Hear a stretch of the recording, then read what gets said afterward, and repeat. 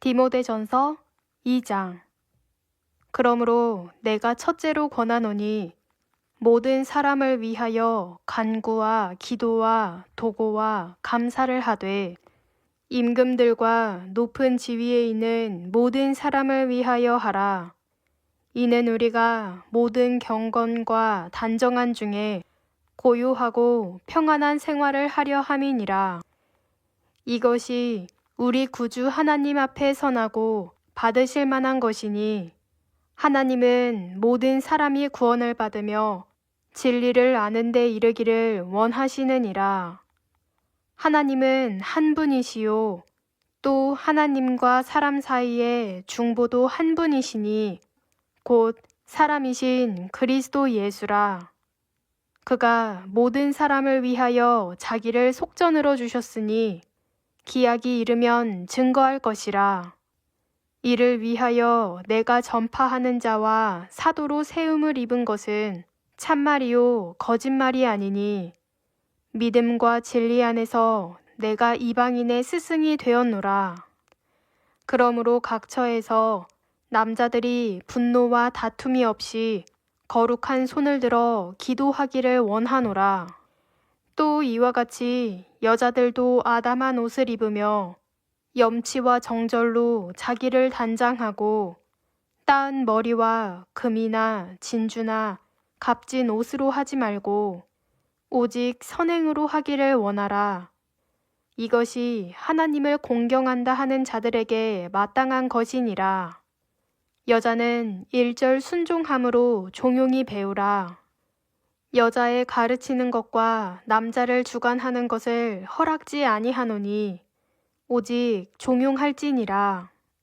이는 아담이 먼저 지음을 받고 이와가 그 후며 아담이 꾀임을 보지 아니하고 여자가 꾀임을 보아 죄에 빠졌음이니라. 그러나 여자들이 만일 정절로서 믿음과 사랑과 거룩함에 거하면 그 해산함으로 구원을 얻으리라.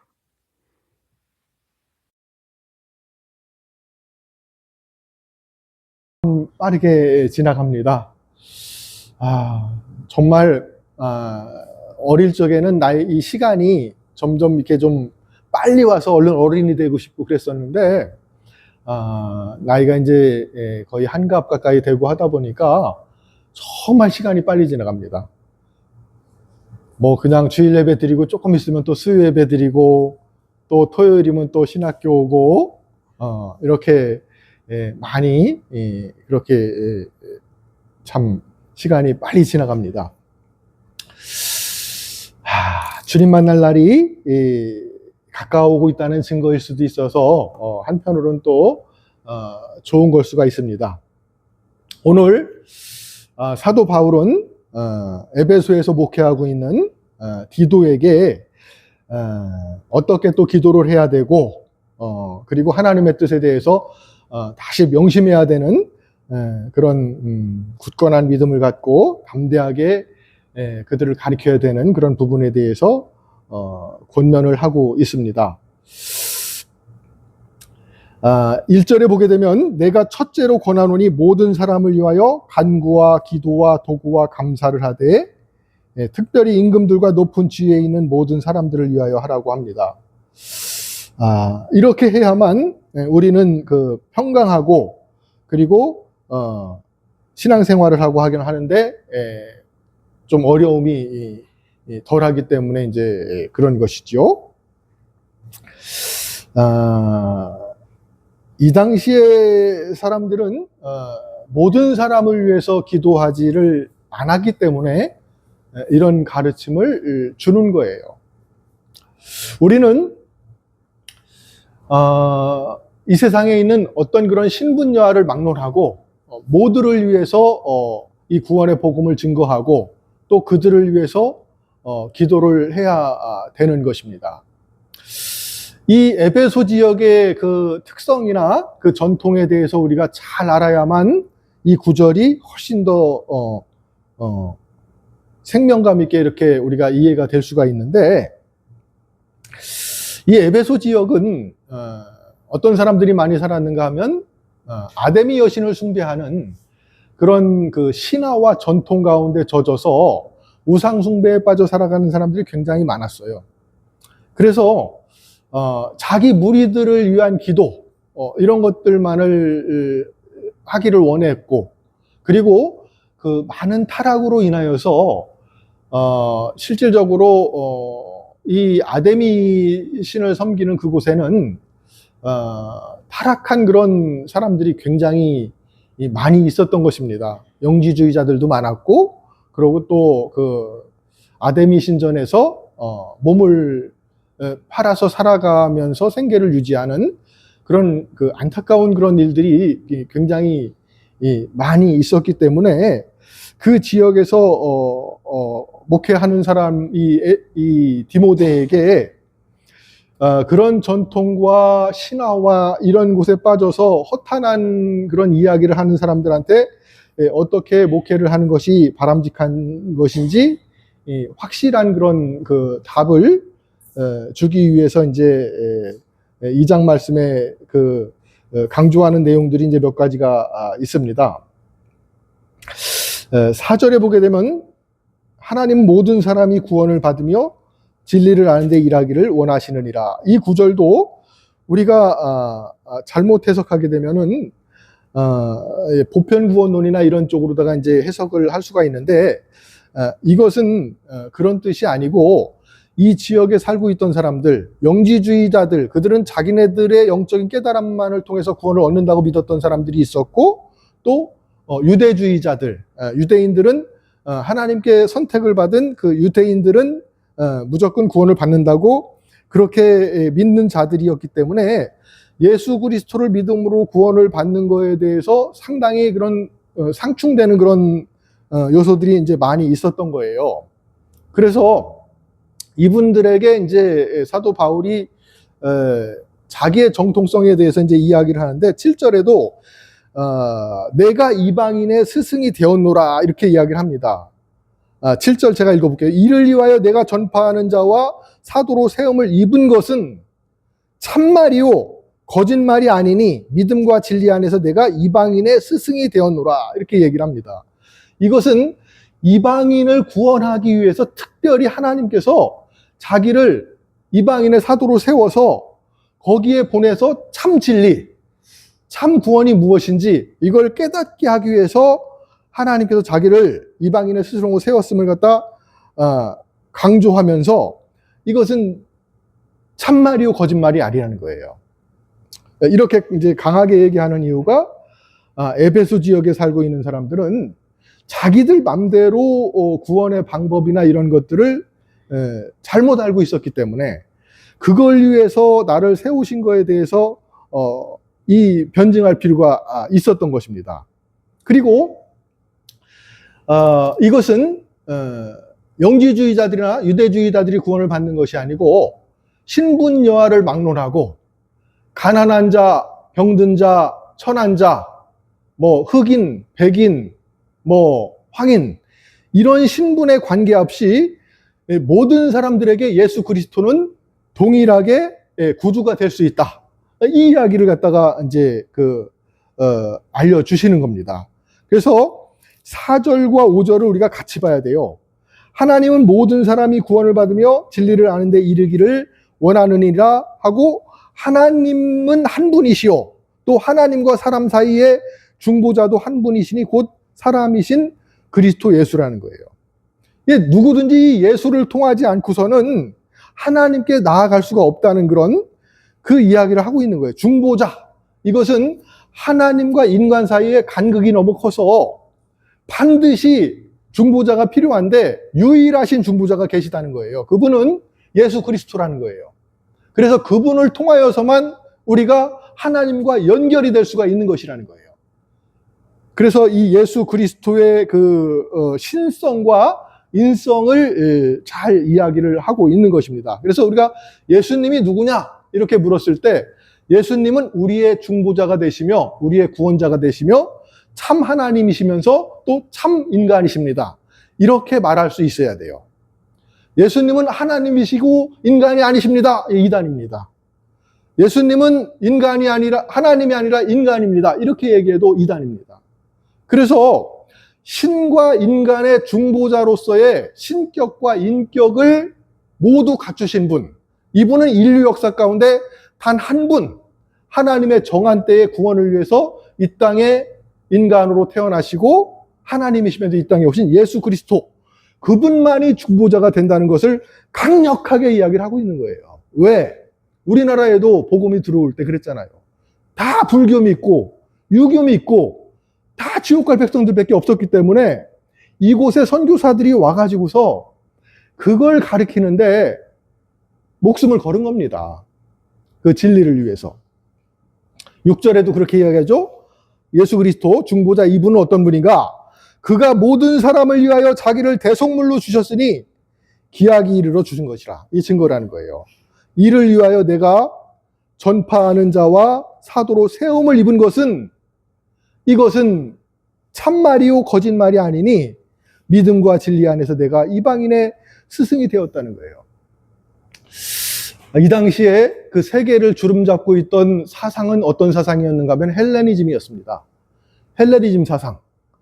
이것은 그 당시에 그 그리스 이 로마 지역을 지배하고 있던 플라톤, 소크라테스, 아리스토텔레스 이런 사람들의 사상들이 그들의 어떤 그런 최고의 스승이 되어서 실질적으로 그걸 따라가는데 거기에서 또 많은 그런 이단들도 나온 거예요. 영지주의자도 나오고 그리고 또 이제 여기에 반하는 또 유대인들, 유대주의자들도 많이 있었고 이런 상황 가운데서 목회하기가 참 만만치 않았던 그런 부분인데 이 디모데에 대해서 이제 사도 바울이 자기가 어떻게 세움을 받았고 또 너를 왜 거기에 목회자로 세웠는지 그 정통성에 대해서 이제 잘 설명을 해주는 겁니다.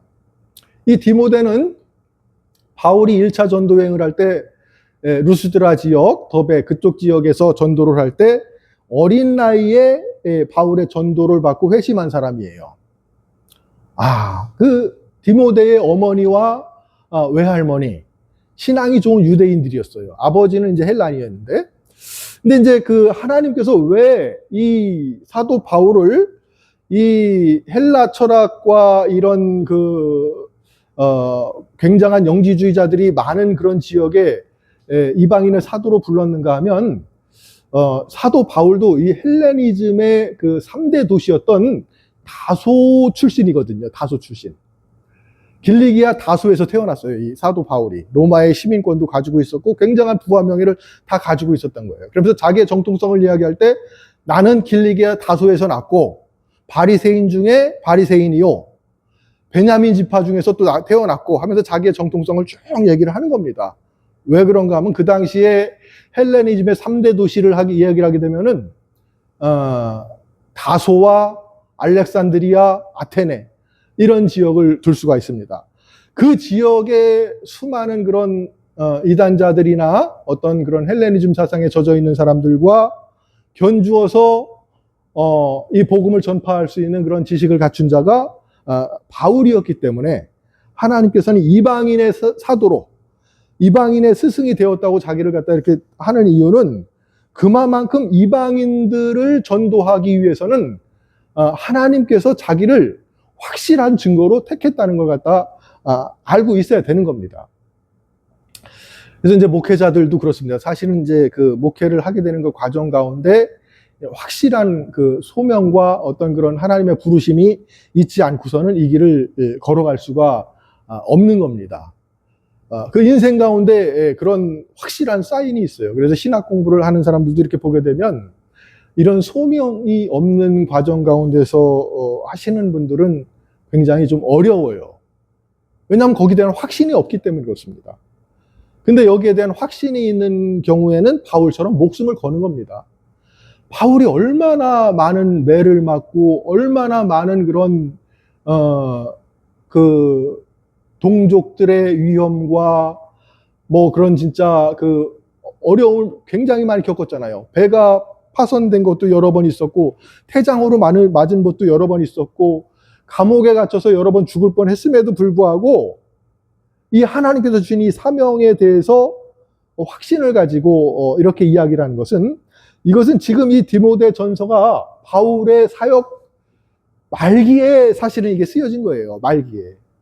그러니까 자기가 예수 그리스도께 부름을 받아서 처음에는 예수를 핍박하고 방해하고 하는 그런 사람이었었는데 다메섹 도상에서 주님을 만나서 자기의 정체성과 앞으로 자기의 사명이 무엇인지를 정확하게 깨닫고 나서 그 어려운 길을 달려가는 데 있어서 수많은 환난과 고난을 당했음에도 불구하고 당당하게 그렇게 할 수 있었던 것은 하나님이 함께 해주셨고 그것이 자기를 창조한 하나님의 뜻이고 목적인 걸 갖다 깨달았기 때문에 그 이야기를 하는 거예요.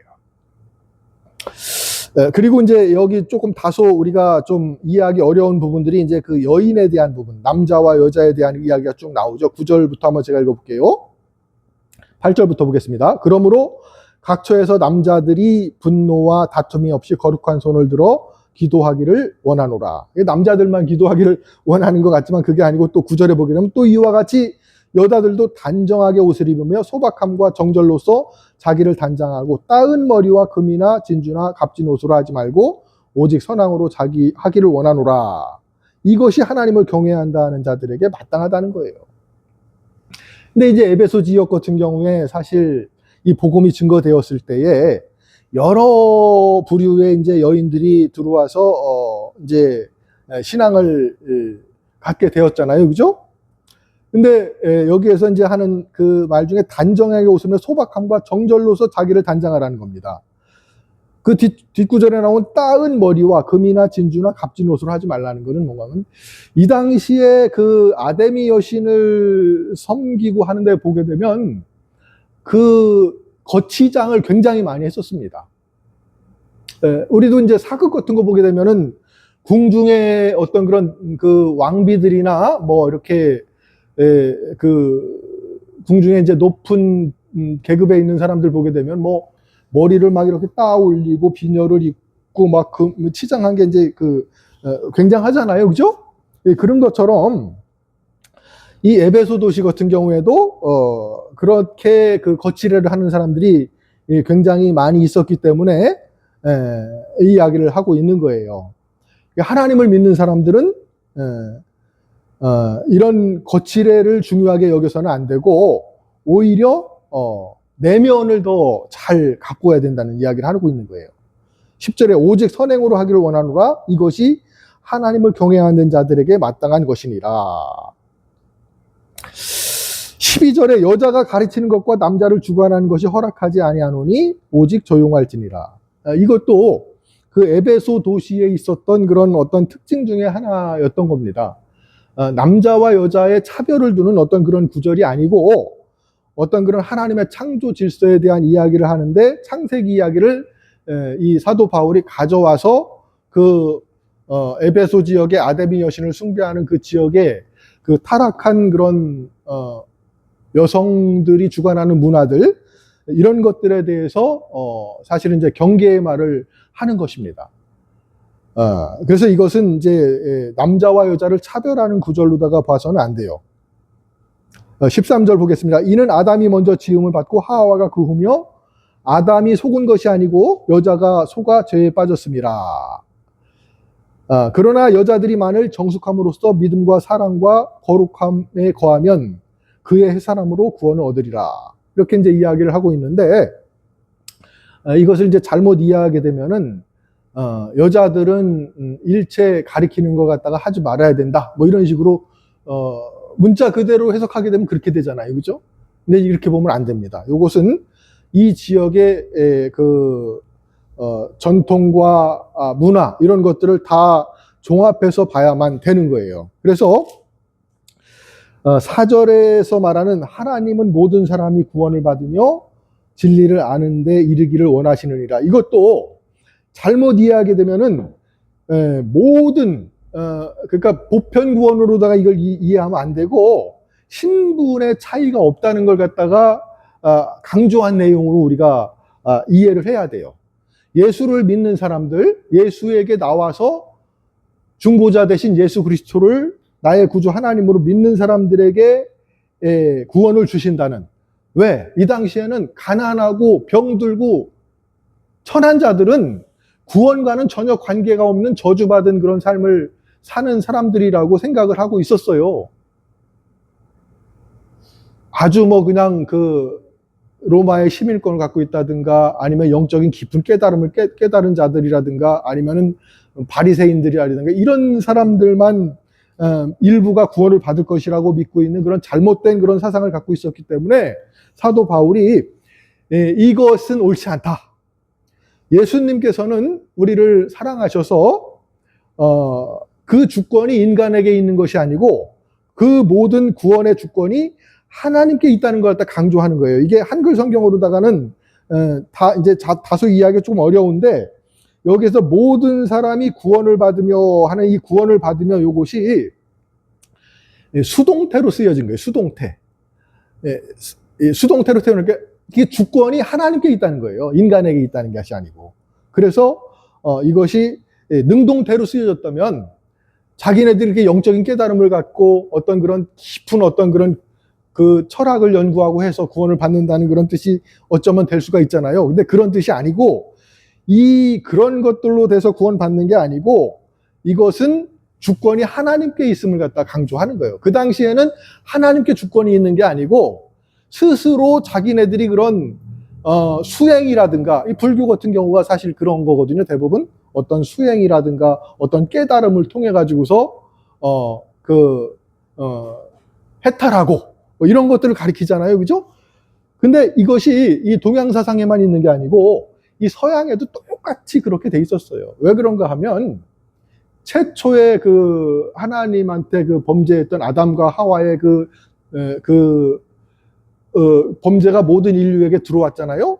근데 나중에 이제 바벨탑 사건 이후에 바벨탑을 쌓을 때 보게 되면 그 바벨탑을 누가 쌓는가 하면은 그 니므롯이 주관해서 쌉니다. 그 니므롯이 그 성경에 보게 되면 하나님 앞에 위대한 사냥꾼이라고 나오잖아요. 근데 그 니므롯이 결국은 하나님을 대적하는 최초의 종교를 만들어낸, 그러니까 하나님을 대적하는 그런 우상숭배의 종교를 만들어낸 사람의 대표자입니다. 그래서 하나님 앞에 위대한 사냥꾼이라고 하는데 그의 아내가 세미라미스인데 나중에 이 니므롯이 그 멧돼지에 받쳐갖고 죽었을 때 이 세미라미스가 이제 잉태를 하고 있었는데 그 아들을 낳는데 그 아들과 나중에 결혼을 해놓고서 그 아들이 성경에서 얘기하는 여자의 후손이라고 믿고 그리고 자기네들의 사상을 믿어야만 구원받는다고 이제 그렇게 얘기를 했던 겁니다. 태양신을 낳았다고 뭐 이렇게 해갖고. 그래서 그 종교가 거기서부터 바벨론 그 지역, 그러니까 그쪽 지역에서부터 유럽을 넘어서 동양까지 쫙 물들어오면서 결과적으로 이 하나님을 대적하는 타락한 인간의 종교들이 만들어지기 시작을 한 겁니다. 이런 것들이 뒤덮고 있는 그런 세상 가운데 하나님께서 바울이라는 걸출한 그런 여러 가지 어떤 철학이라든가 뭐 유대 사상이라든가 이런 것들을 종합적으로 섭렵한 바울을 불러서 이 바울을 이방인의 스승으로 삼았다는 것입니다. 스승이라는 것은 뭔가 하면 진리를 알아야 스승이 될 수가 있는 거예요. 아무것도 모르면서 어떻게 가르칩니까? 확실하게 진리를 알고 있는 사람이 그것을 가르쳐서 구원의 길로 인도해내는데 너희들이 지금 이렇게 모든 구원의 조건이나 이런 것들이 인간에게 있다고 이렇게 생각하고 그렇게 수행을 하고 여러 가지 족보와 신화 유약이나 이런 것들을 하고 있는데 그런 것들 가지고 구원을 받는 것이 아니고 그런 거 몰라도 돼. 그런 것들은 몰라도 되고 하나님께서 이 땅에 인간으로 중보자로 예수 그리스도를 나게 하셔서 인간과 하나님과의 그 깨어진 관계, 구원받지 못하는 그 관계를 연결시켜주는 그분으로서 예수 그리스도가 이 땅에 오셨고 그 복음을 전하는 데 있어서 나를 이방인들에게 스승으로 세웠다. 이거를 강조하고 있는 거예요. 디모데에게. 이 디모데는 지금 나이가 제가 보기에는 30대 후반에서 40 정도는 됐을 거라고 봐요. 왜냐하면 사도 바울이 선교여행을 떠날 때 1차 전도여행 때 이 디모데를 만났다면 지금 사도의 사역 말기 한 20년이 지난 거기 때문에 15살에 회심을 했다고 봐도 한 20년 정도 사도 바울이 지나서 이렇게 이 글을 쓰고 있다면 그 나이가 한 40 가까이는 되지 않았는가. 뭐 학자들에 따라서 조금 약간 차이는 있어요. 뭐 20대 후반에서 30대 후반 이렇게 좀 길게 보거든요. 근데 이제 그래도 어느 정도의 지식을 가지고 복음을 받아들이고 바울의 2차 전도 여행을 함께 따라갈 정도가 된다면 그때의 나이가 한 20 정도가 되지 않았나 이렇게 보게 되면은 35세는 이제 훨씬 넘었다고 봐야 되는 것이죠. 그렇지만 사도 바울은 이때 나이가 65세 가까이 62세 뭐 이렇게 됐었으니까 거기에 비하면 아들뻘이 되는 겁니다. 그래서 나의 형제라고도 얘기를 할 수가 있고 나의 그 아들 디모데 이렇게 이제 이야기를 하고 영적으로는 아들이기 때문에 그만큼 사도 바울은 그 에베소 지역의 타락한 문화와 잘못된 사상들 이런 것들을 바로 잡는 데 있어서 신화와 족보의 이야기와 뭐 이런 영주주의자들 이런 것들의 사상들 그것과 맞서 싸우는 데 있어서 그 디모데를 선택해서 결국은 이제 그 지역의 그 합당한 목회자로 세웠던 것이죠.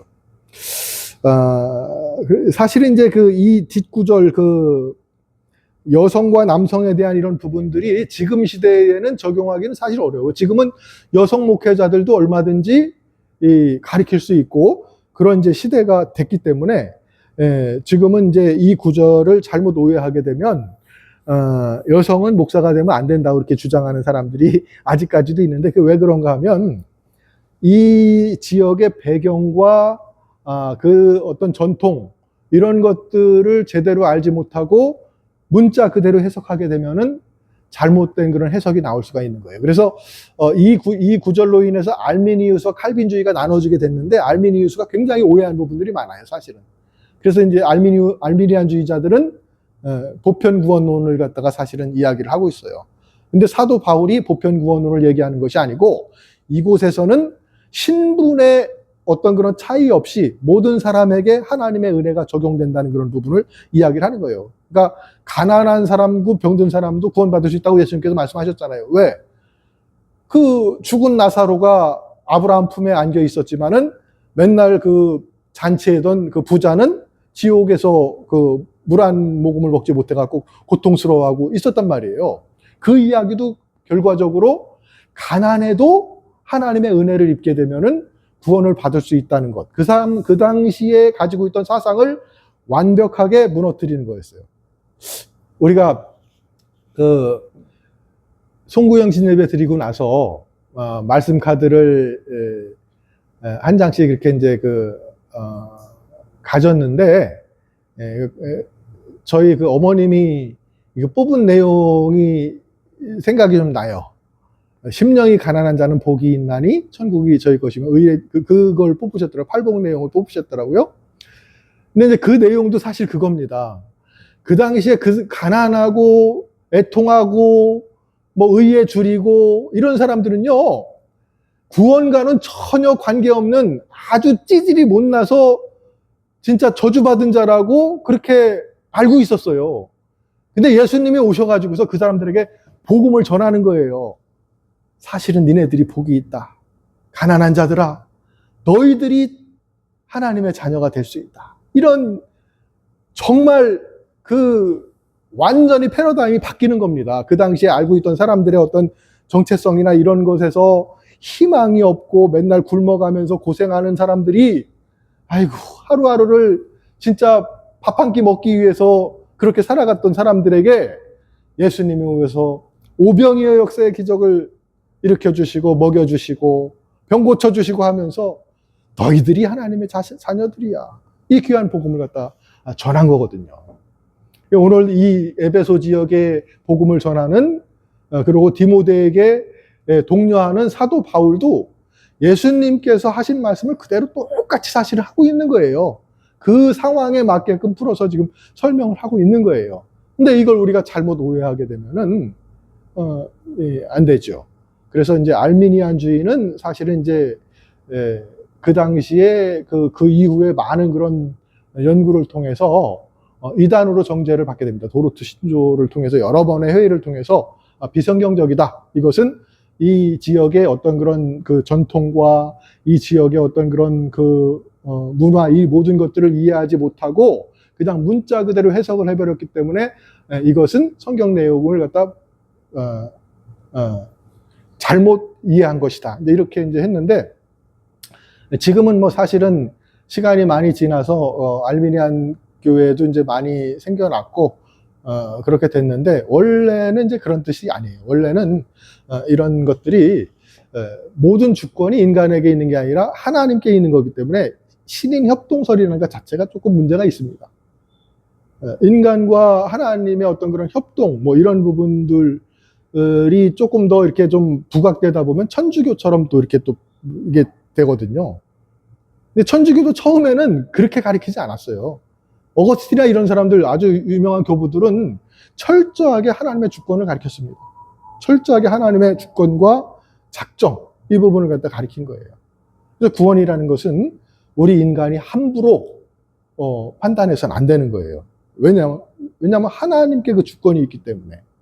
우리가 나중에 구원을 확신을 가지고 살아가는 것도 굉장히 중요하지만, 하나님 앞에 섰을 때는 그렇지 않을 수가 있는 거거든요. 바리새인들이나 이런 사람들 기도할 때 11조 내고 금식하고 뭐 진짜 철저하게 구제 생활하고 했는데, 하나님께서 오셔가지고서 오히려 너희들의 기도는 하나님께서 잘못됐다고 하고 세리와 창기들의 어떤 그런 기도를 더 그 애통하는 기도를 갖다 기뻐하셨던 그런 내용들도 보게 되면, 우리가 생각하고 있는 것과 하나님이 생각하고 있는 것 차이가 있을 수가 있는 겁니다, 사실은.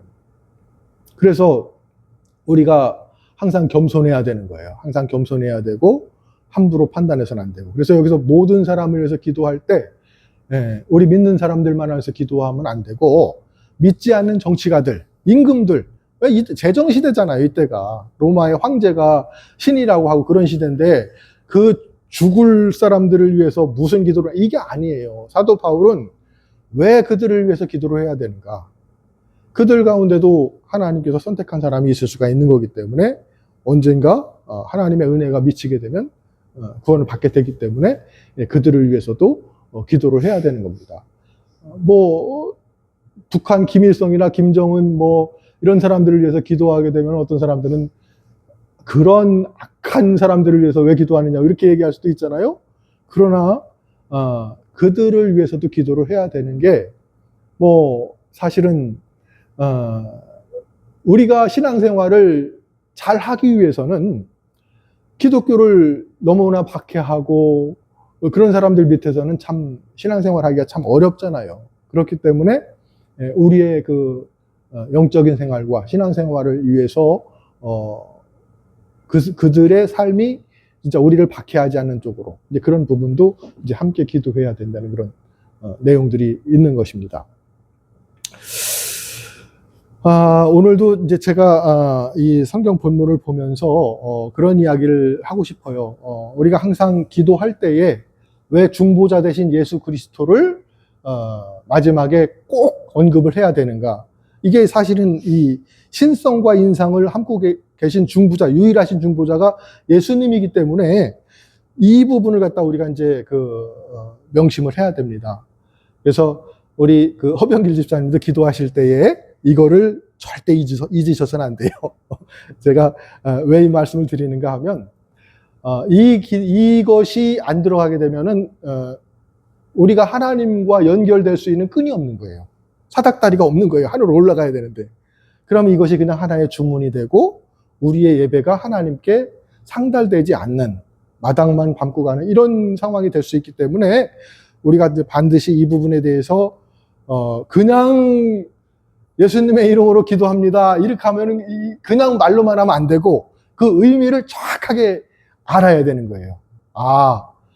우리가 하나님께 나아가기 위해서는 피를 흘려서 죽어야 되는데, 죄 때문에 죽어야 되는데 그렇게 할 수 없기 때문에 우리를 긍휼하게 여기시고 무한한 사랑을 쏟아내신 예수님이 필요하구나. 그분이 우리의 속전이 되셔서 대신 죽어주셔서 피 흘려주셨기 때문에 우리의 죄를 도말하셨기 때문에 이게 하나님께 우리의 예배가 상달될 수 있는 것이구나. 이걸 알아야 돼요. 그게 없으면 이제 죄인의 그 예배는 하나님께서 멸시하고 받지 않거든요. 우리가 모두가 죄인이기 때문에 우리의 예배는 하나님께서 받지 않는데 그 중간에 예수님의 속전, 대속의 사역, 중보하심, 그것이 있기 때문에 이 죄인들의 기도가 하나님한테 상달이 되어져서 하나님의 한량없는 은혜와 축복을 우리가 받게 되는 것입니다.